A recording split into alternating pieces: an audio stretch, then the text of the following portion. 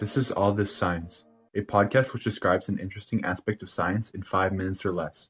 My name is Jonathan. And my name is Ethan. Without further ado, let's begin.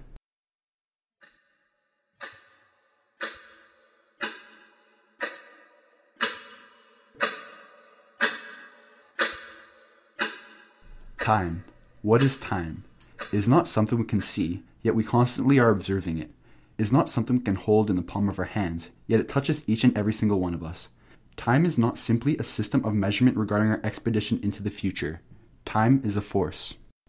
Time has been an interest in both science and society for many decades, from watching time travel with use of exotic machines in movies and reading about it in books, to creating theories upon theories of the mechanics of this scientific phenomenon. Time is everywhere, both metaphorically and literally. Our current era has never asked questions about this topic because it was believed to be a constant for an abundance of years, but now this is known to be untrue, or at least according to most.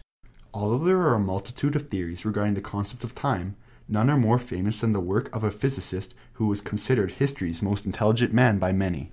Are you talking about Walt Disney? No, I am of course talking about Albert Einstein. Albert Einstein introduced the idea of time being an illusion rather than something human beings created to use as a means of measurement, according to Space.com. He proved that time is relative. Everyone knows that the theory of relativity is associated with Albert Einstein, but what are the components to this theory, and what does the theory actually mean? The two main components of this theory are the interrelated theories of special relativity and general relativity. Special relativity contains the bulk of the relativity portion regarding time dilation and other related phenomenon. Special relativity suggests that time speeds up and slows down depending on the speed which someone or something is moving relative to someone or something else. For example, if someone from planet Earth could travel at light speed in a space shuttle, they would age much slower traveling at light speed compared to, or rather relative to, the individual on the planet Earth.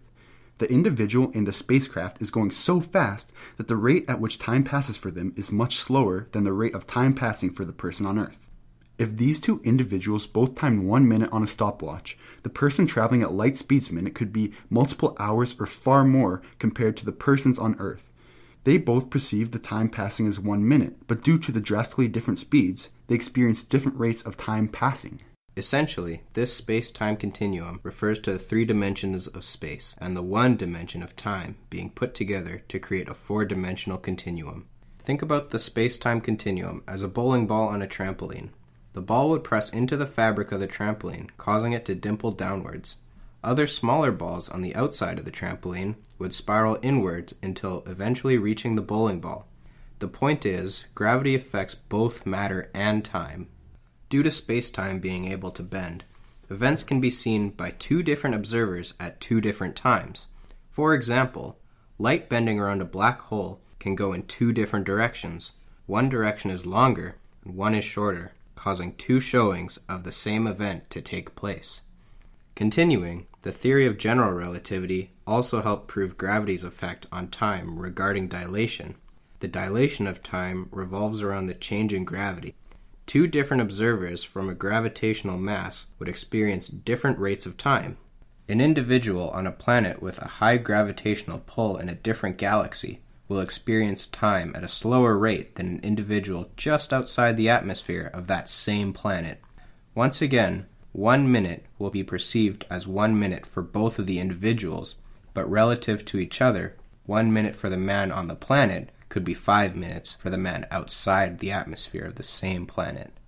What is cool about these theories is that they have all been proven to work, whether it is astronauts returning to Earth with a past time on their clock or successful tests of particle accelerators. There have been many showings of time's true malleability.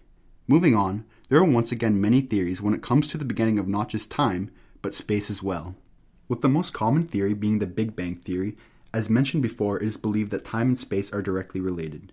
The Big Bang theory is the theory of matter being previously packed into a tiny dot, including our very own planet. Then suddenly, the Big Bang happens around 13.7 billion years ago and starts to rapidly expand. To sum up, the Big Bang theory is the theory regarding the start of both time and space, and when all the matter was compacted into a tiny dot, no time was present as there was no space for the time to act upon. The proof of this theory comes in the form of the universe rapidly expanding to this day.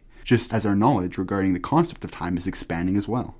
Of course, this is all just a theory, and some physicists believe that this theory is not accurate. This may be surprising, but the fact that some physicists believe that time may not even be real is even more surprising. Contrasting from this opinion, other physicists believe time is very real, such as the quote, "Understanding the nature of time is the single most important problem facing science," which was said by University of Waterloo physicist Lee Smolin. In the end, what makes time so interesting is the fact that we know so little about it. We have only scratched the surface regarding the concept, and yet there are a plethora of people who disagree about time's mechanics. Overall, the concept of time creates many thought-provoking questions, some which will never be answered. The research going into the concept brings us one step closer in a long path of understanding the science behind time. Maybe it's time for you to learn even more about this amazing concept.